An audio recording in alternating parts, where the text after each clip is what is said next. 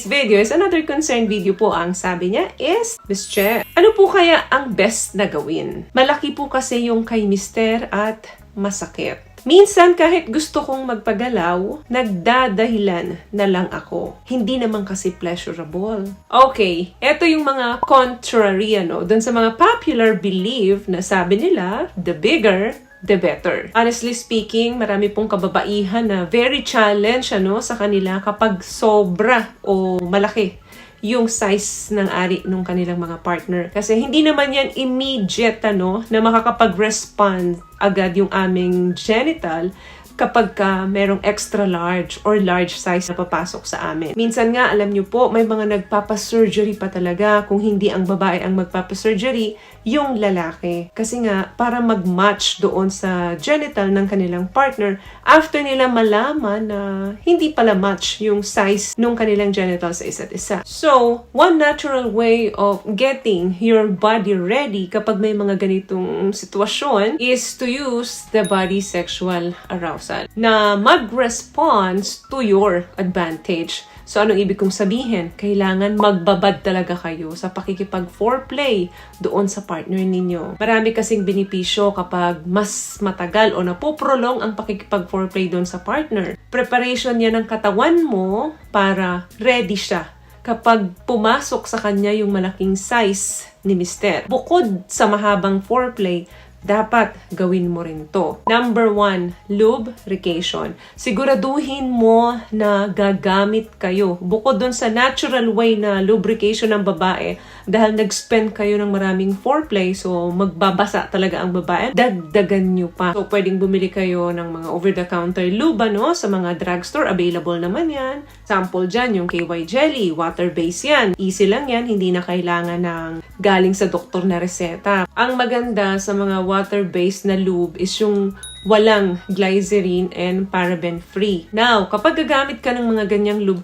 make sure na wag mong titipirin. Bago mo ipasok yan, kailangan meron yung ari ni Mister na nakalagay ka, meron din doon sa'yo. For example, eto yung butas. So, maglalagay ka dito sa vaginal canal mo bago pumasok. That way, malaking tulong ito para hindi masakit yung pag-glide, yung pagpasok. Swabeng-swabe lang. Kung sa tingin mong medyo natutuyo na, pwede namang alisin ni Mister yan, then mag-apply ka ulit. Para maiwasan yung friction, yung irritation. So, huwag kang matakot na maglagay ng ng mga water-based na lube. Para maiwasan yung friction. Kasi pag nag-friction yan, pwedeng magkaroon ng laceration or konting punit once na hindi ito sagana sa lube at dry ito. Mararamdaman mo naman kasi yan kapag kulang na medyo mahapdi na, diba? So, lagay lang kasi hindi naman yan masama. What I love about this product, itong No More Dark Secret ng K-Skin, bukod sa may advanced whitening na siya na kung saan pwede niyang matulungan na pumuti yung mga singit-singit mo, moisturizing, meron siyang anti-irritation, antibacterial, maintain healthy pH level. Hindi lang pambabae,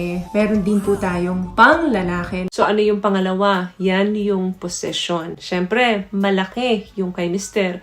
Dapat may tamang position din dyan. Kasi kapag malaki yung kay Mister, tapos buo niyang pinasok, syempre yung ulo niyan malaki din, pwedeng tamaan yung cervix mo. So kapag tinatamaan palagi yun, paulit-ulit, magkakaroon ka ng discomfort feeling. So very important na mag-try ka ng different position kung saan makakaramdam ka ng comfort. And ma-reduce yung discomfort, mag-i-increase naman yung pleasure. So better siguro dyan yung spooning, yung nakaside kayo pareho, Pag ganun kasi, medyo kontrolado mo yung pagpasok ng ari. Pwede rin naman nasa ibabaw ka kasi kapag nasa ibabaw tayo, madalas tayo yung may control kung gaano kalalim, saang angle mo patatamain, kung left, right, or kalahati lang ang ipapasok mo. So yung mga ganyan, pwedeng makatulong yan para mas control mo. Kung magpe-perform naman kayo ng mga oral, medyo may discomfort din yan kapag si mister ang nagko-control kasi ang lalaki, once na nanggigil yan,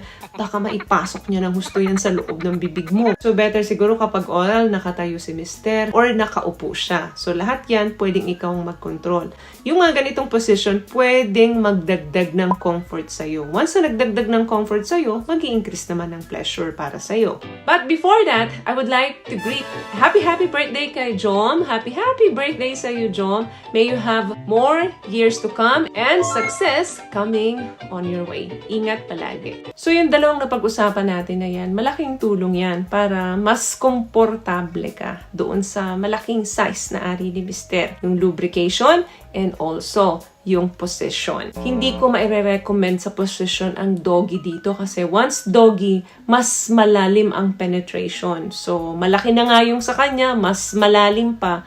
So, possible na masaktan ka. So, habang ginagawa nyo to at in-experiment nyo to, it's very good na dapat yung communication ninyo ni mister ay open. Tell one another kung ano ba yung nararamdaman ninyo, kung ano ba yung position or yung discomfort ninyo or kung saan kayo komportable. At kung ano yung sobrang nasasarapan kayo sa ginagawa nyo sa isa't isa. Hindi naman kinakailangan na full conversation kayo no, habang ginagawa nyo to para kayo nagkukwentuhan. Tama na yung mga code na deeper honey or kaya not so deep honey. So yung mga ganung bang code, pwedeng magkaintindihan kayo. Pag nasasarapan ka naman, sabihin mo kung gusto mo ng mas mabilis, faster. Pag naging mabilis naman siya, sabihin mo slower. So yung mga ganong communication, habang ginagawa nyo yan, enough na yan. That way, mas magiging satisfying yung sex for both of you. May mga trial and error talagang mangyayari dyan, ano? But as long na open ang communication ninyo at pareho kayong open-minded, tingnan nyo, palaging successful yung magaganap na paglalabing-labing sa inyong mag-asawa. Huwag lang kalimutan, irespeto yung boundaries ng isa't isa. And syempre, dapat palaging may consent. So, may natutunan ka ba sa mga napag-usapan natin ngayon? At kung nagustuhan niyo po ang ating video, please give it a thumbs up, comment down below, and also share this video na rin po sa mga kaibigan na sa tingin niyo matutulungan ng video natin. Once again, palagi po kayong mag-iingat at palagi po kayong manalangin. Thank you guys for watching and see you in our next one. Always love yourself and be a blessing. Bye!